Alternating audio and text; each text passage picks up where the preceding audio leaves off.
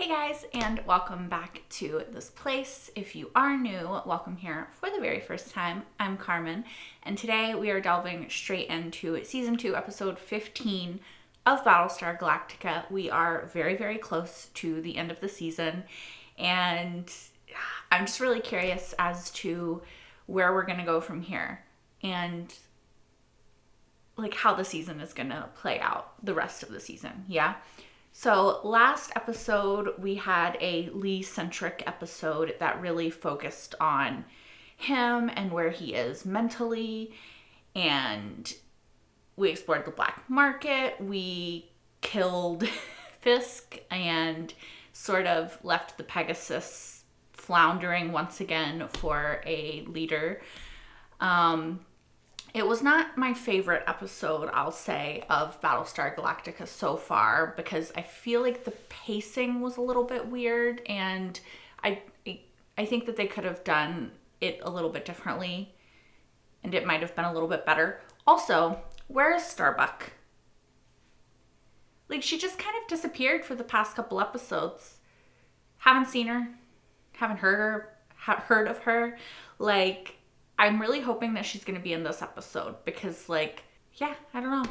I mean, she might have been in the episode before the last episode, but I also think it's very strange that they had a Lee-centric episode without Starbuck even, like, mentioned. Anyway, I don't really have a tremendous amount to say. Like, I don't know what Zarek's doing, but I don't trust him. I don't know what Ellen Ty is doing, but I don't trust her. I'm sort of wary on the president right now, Gaius. Like, I just don't know. Like, there's still the nuclear warhead floating around with Glasses 6. So, yeah. Let's see if any of that is what this episode's about. Or maybe it's about something completely different. Like, maybe we're going to mount a rescue mission and go to Caprica. Only one way to find out. Colonial mining ship. Mahu. Come on out, Scar, you ugly silent son of a bitch. Let's party. Yeah, I don't think he's gonna RSVP, Cat. Scar. Riley's dead for one very simple reason. Oh, another. Okay. Hey, does anybody remember the name of Riley's girlfriend? Karen, I think? No. Was it Kathy? You guys, what does it matter? Gonna hold a little prayer circle, good cry, the whole thing. Actually, it does matter. I think it's fair to want to properly memorialize the people that have passed. Scar is gonna smoke you like a fine cigar, my man. Who's Scar? Coaster's Top Gun, deadliest raider in the Cylon fleet. Okay. Why do they call him Scar? Oh, you'll find out soon enough. He's got a taste for nuggets. I think I got something. 6 by low Ren, you see that? Negative. Oh, I see. Something. How does Scar take out an experienced pilot like Bino? He hides behind an asteroid. You see, Scar doesn't like to fight until the odds are on his side. Suddenly, out of nowhere, he pops out, blows you to pieces, and then jumps away before you can return fire. I think Scar's a coward. So that's why I'm gonna kill him. You, Starbuck, you can barely walk. Look who's talking, stim junkie. Damn. I wouldn't be calling anybody a junkie if I were you, Starbuck. Not the way you've been pounding back that booze lately. One tie on this ship's enough. Well, technically you have 2 ties on the ship.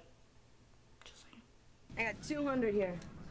Says I nail Scar's chrome-plated ass, and when I do, you hand that Top Gun over to me and pour me my first drink. Your lips will never touch the rim, little girl. There's some rivalry happening here. Maybe you should slow down. Maybe. Maybe not. I think maybe.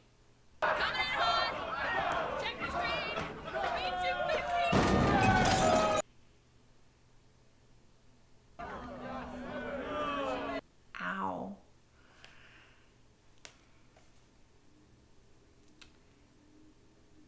She's trying to forget Anders, right? That was his name? Oh, Starbuck. Starbuck, kiss you 200 goodbye.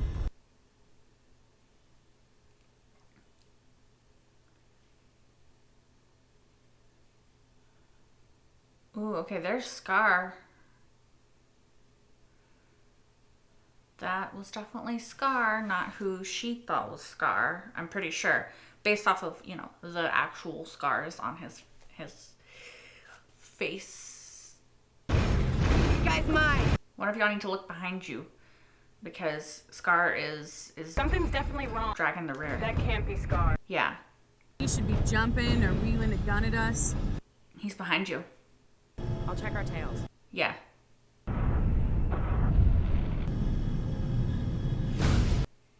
Oh gosh. Yep.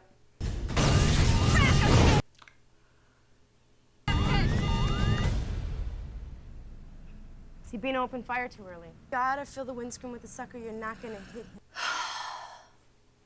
I just talked about in the last episode how this is, you know, not the best for pacing sometimes. Since we're sitting ducks until the miners finish the job, the old man has sent the fleet out of harm's way under the protection of Pegasus. Okay. Unfortunately, this star system is full of rocks and dust. Dratus cannot tell the rocks from the bad guys, so our only reliable system of detection is... Our eyeballs. Mm-hmm. Which means we have to put those eyeballs way out there. That I would not be great at this. We'll be patrolling the area in divisions of 4. Twos, we're going in sections of 2s. Keg wants us to spread out to control a larger area. It's right here in the briefings. There's so much tension between these two. Scar's probably died and been reborn a dozen times. You may have faced him before. Oh. Raiders reincarnate just like you. Yeah, just like me. So that's how he knows their maneuvers, right? Because... Raiders reincarnate. Makes sense, doesn't it? Takes months for you to train a nugget into an effective Viper pilot, and then they get killed. And then you lose their experience, their knowledge, their skill sets. So if you could bring them back and put them in a brand new body, wouldn't you do it? Death then becomes a learning experience. You know how not to die. You become a better soldier. You know, there are times when I look at you and I forget what you are. All I see is Sharon. the kid that was fracking the chief and thinking she was getting away with it. Yeah, I remember. You're like a big sister. Don't fucking be so trigger happy. Like, she's just gonna touch your freaking knee. God. Be careful of Scar, okay? He's filled with rage. About what? Dying's a painful and traumatic experience. Every time he's reborn, he's filled with more bitter memories. Okay. Scar hates you every bit as much as you hate him. I mean, that makes sense. Especially if the Raiders don't have, like, higher functioning, right? They're, like, animals. So they're just going off pure instinct. All that yanking and banking gives you one hell My of a vertigo case of would vertigo. be fucked. That's what this chair simulates. I already have vertigo. I don't need that chair.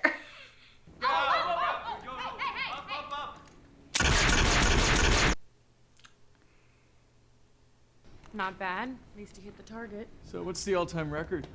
4 hits on the X-ring. Starbuck. Who did that? I did. And if I give it a shot for old time's sake? She wants to beat Starbucks so bad. I'm not sure why. Go. Cat. Come on, Cat. Get him. 5. Yes! Primary and secondary hydraulics are bent. I can deal with it. Starbuck, I got no visual on you. Where you at? Forget it, Cat. Scar's mine. Don't be an idiot, Starbuck. What's your position? Right? Y'all's stupid rivalry needs to chill the fuck out.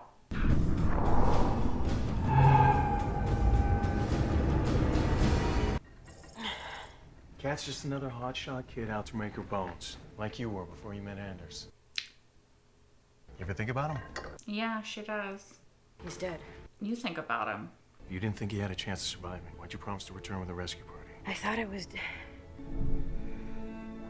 You thought that you found somebody you cared about. It's not a bad thing. Captain Thrace, if Scar jumps us out there, Keep your eyes open so he can't. But if I screw up and he bushwhacks me, what do I do then? Scar is no different than any other attacker. He comes at you, turn into him. Get closer, pull the trigger. Don't run or you'll die.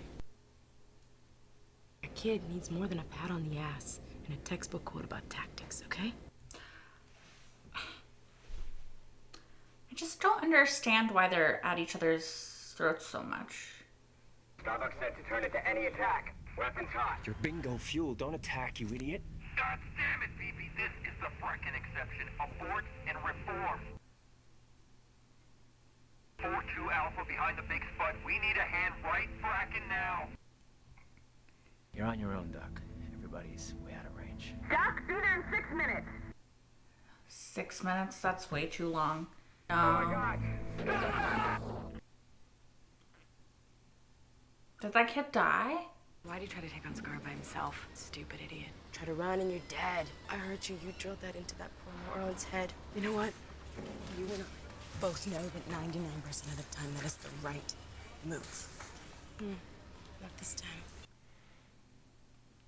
Okay, I mean, clearly not this time, but also she can't be responsible for every single person's decision. I can't remember any of their faces after they're killed. No matter how hard I try, they just fade.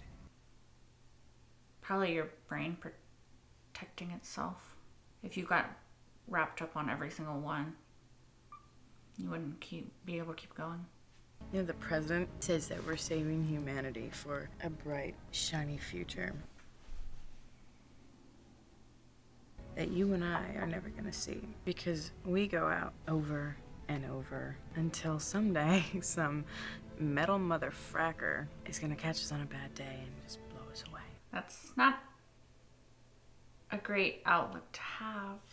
That's why we gotta get what we can. To right now. I mean, yes, I think you should live in the now, but I also think that's a dangerous outlook if you... So why don't we? Oh, God. See, that's what I was worried. Why don't we? What? You know what she's saying, Lee. This is bad. Oh, no. Oh, this is a bad idea, you guys. This is a bad idea. Oh, no. No, no, no. You're thinking about somebody else, Starbuck. Don't do this. Don't do this. Don't do this. Don't do this. Don't do this. Maybe don't do this right now. This isn't a race. Here, what's going on? Yeah. What's wrong with you? All right? It's... I don't want to know. And don't want to know. Hey! What about us? There's no us, all right? I just wanted a good lay. There is nothing here. Do you get that? Nothing. Sure. I think there is something there, though. Maybe I am just a quick lay, but Kara, I'm also your friend. I am hung up on a dead guy, okay? And it is pissing me off. I don't think he's dead. One. Andrew's right on Caprica, the resistance fighter. Yeah. Listen, you are fine. You're fine with the dead guys. It's the living ones you can't deal with. That's not healthy in any way, shape, or form. That's not. None of this is healthy.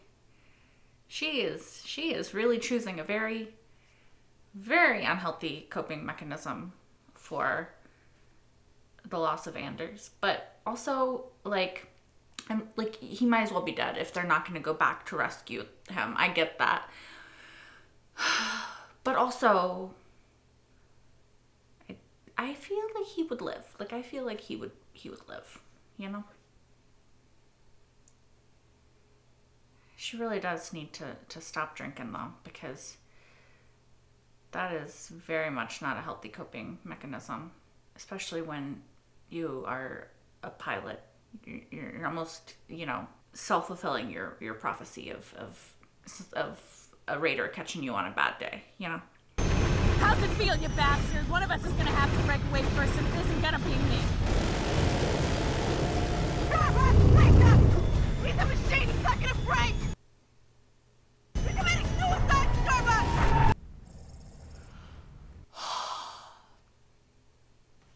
I don't love the way that they break away from, the tension of the moment to go back in time.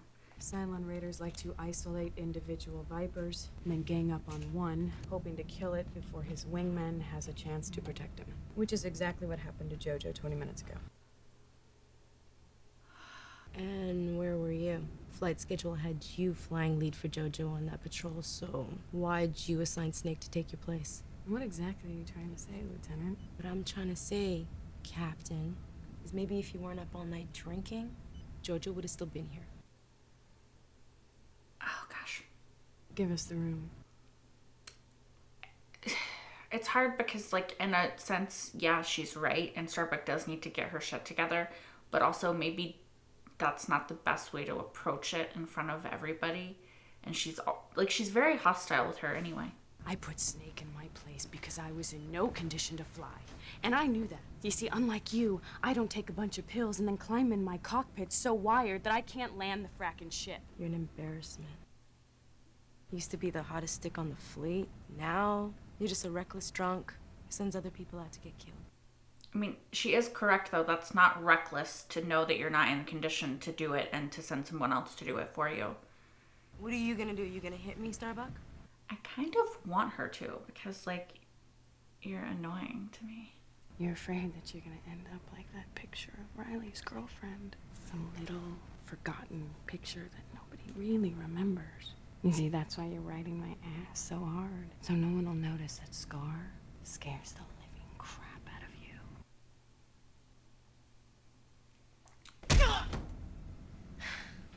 Tan Hut? What's going on? Little tactical discussion, sir. It must have been lively. Right, I'm pairing you two up. Kat, I want you to fly Starbuck's wing out by the big spud. Sir, I got a hunch a couple of raiders are gonna try and sneak through that sector, so I want my heavy hitters out there to greet them. He's tired of their bickering. Even if you don't like each other, you have to work together in this sort of situation, so. Are you okay? I don't think she's been okay in a while. you know what, Kat, I told you I had no fracking ideas. So... Alright, we've already seen this. Get to where we left off. He's a machine, he's not gonna break! He might, though, because she said that, because Sharon was talking about how he's scared of, or he's angry, but he's scared of death, right? Because he knows it's for real this time.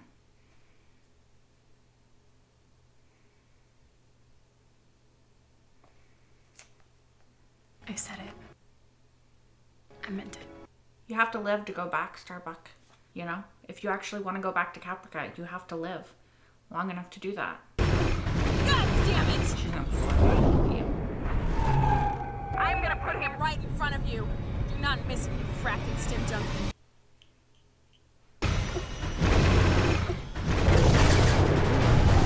She shot. Ooh, she got him. Hey, Starbuck! Mm-hmm. My cup runneth dry. You know that she'd like teed it up for you though. Like, are we not acknowledging that?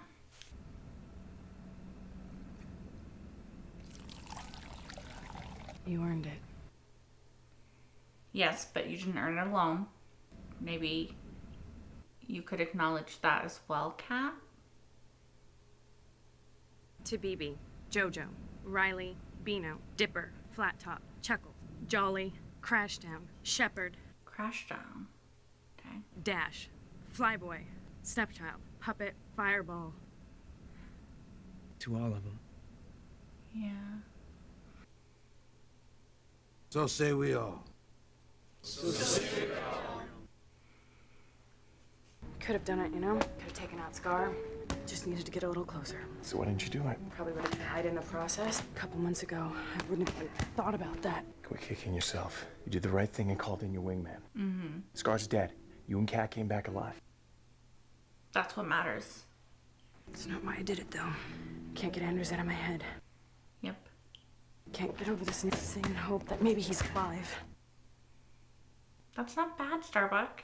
You got something to live for now. Not just die for. Mm-hmm.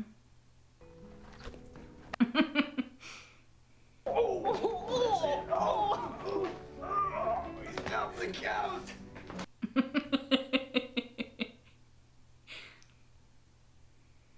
That's cute.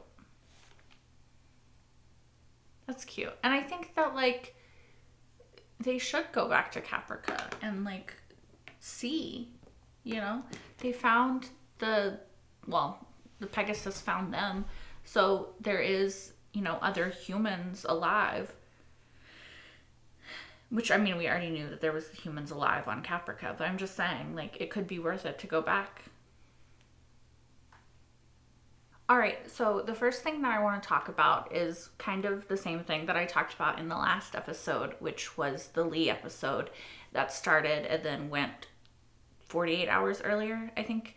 And then this episode started and then went 94 hours earlier. And it's not my favorite method of storytelling, right? Because I think that while I do think it was done better in this episode than in the previous episode, I also think that taking the audience, like, into the action just to yank us out of the action, just to put us back in, just to yank us back out, like, so many times, it kind of does, like, dull the action a bit, right? Like, we started at the beginning, or we started with them after Scar, and then we sort of went back to tell, like, the story of Scar, and then we kept, like, coming back and forth and back and forth. And while I think that added context, and it definitely showed Starbuck's struggle, and we really highlighted Starbuck's struggle since coming back and since Anders and everything, it's just not it's not my favorite method of doing that. I think that the episode could have been told in a more linear sort of way, and I still think that it would have been as good. Or even they could have started, like, littering Scar in the past few episodes and building up this sort of Cylon Raider to, in this episode, really and like show that Starbuck is struggling a lot, right? Like, they could have had Starbuck struggling in more episodes, and then this episode was like the culmination of the struggle, and then sort of her turning a corner about that, rather than in the episodes that we've seen her in post the farm, post Anders. She definitely has struggled, but not to the extent that was shown in this episode, I don't think. And so I think for them to sort of introduce it in this episode and have it culminate in this episode and, like, sort of dissipate at the end because she realizes what the struggle is, makes the struggle not as compelling to me personally, right? Like, we've seen her and Kat butt heads before. That I liked because we've seen that before. We've seen Starbuck be like, she's pissing me off, I'm annoyed with her. We've seen, like, what led up to that point for the two of them. It still doesn't make a lot of sense to me. I feel like Starbuck is the best, right? Like, she's seen on the ship as the best at what she does. And Kat wants to be the best. She wants to be on Starbuck's level. And so there's, like, a jealousy and a rivalry there that is happening between the two of them. So I guess it makes sense in that respect. Although I don't know that it's necessary. Like, can't there just be room for both of them at the top? Like, can't they just be two of the best, you know? Like, I don't know. I think that Kat's attitude towards Starbuck in this episode was both warranted and not warranted, right? Because Starbuck is struggling and she is being sort of sloppy because of that struggle. However, in the one instant that Kat got so upset at her about at the end when she, like, put somebody else with the JoJo because she put Snake with JoJo, right? Because she realized that she was too drunk or too hungover to perform at her best. That's not being reckless. That's actually being the opposite of reckless, because she knew that she would not be performing to an adequate level to protect somebody, to be somebody's, wingman. So she, knowing that, made the smart adult decision and took herself out of the equation, right? So like, yeah, I definitely didn't agree with Kat in that instance. I do think that Starbuck is, you know, employing some unhealthy coping mechanisms for the feared loss of this person that she loves, Anders. I really liked Starbuck and Anders. I thought that it was the start of something that could have been really cute, and I would have definitely shipped. Am I incorrect for how long they knew each other? It was just like a few days though, right? Because I feel like the show is painting this narrative of like, he is this great love that she has possibly lost, and like, that's why she's so like fucked up about it.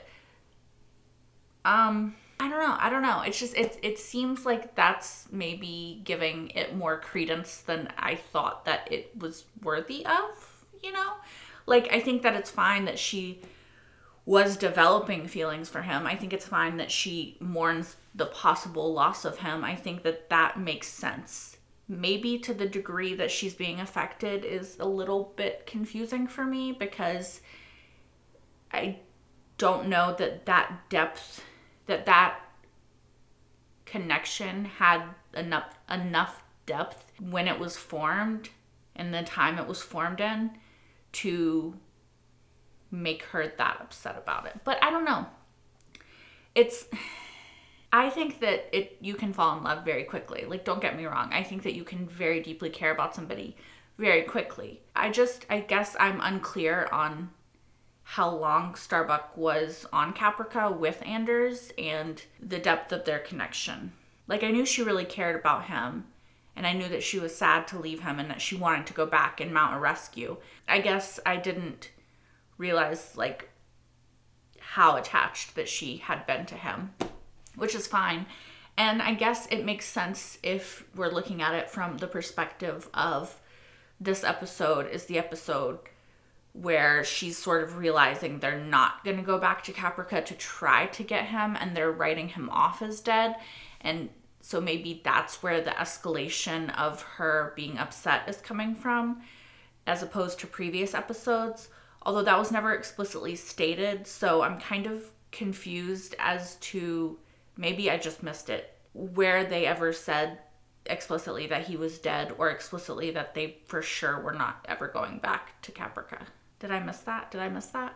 Something else that was interesting to me in this episode was Starbuck and Lee. They almost had sex, but did not. Thank God. That would not be a good way for them to have sex for the first time. I also think it's interesting because there's definitely a dynamic between Lee and Starbuck, and the show definitely leans into the romantic dynamic between them, right? They have not, since like very early on, when I was like, why is there a romantic dynamic when that's the brother of your dead fiance, right? Like they've leaned on it since the miniseries, I feel. So I definitely think that the show likes the sort of Lee Starbuck subtextual romantic plot, right? Like, they're not leaning too heavily on it. They're not trying to like make it explicit. They're not trying to like make it like there's something here. But I feel like without doing that, they're very much being like, there is something here. I think it's interesting that they sort of played with that in this episode, and then they definitely took it away, and then they're like, oh, there's nothing here. But the audience, like, we know there's something there. Like, they're not just friends. They don't act like two people who are just friends. Obviously, I feel like they're going to keep sort of playing keep away with their relationship because of the fact that we as audience members really like a will they, won't they, right? We don't always love the execution of a relationship. Of course, I feel like it depends on how the show does the relationship.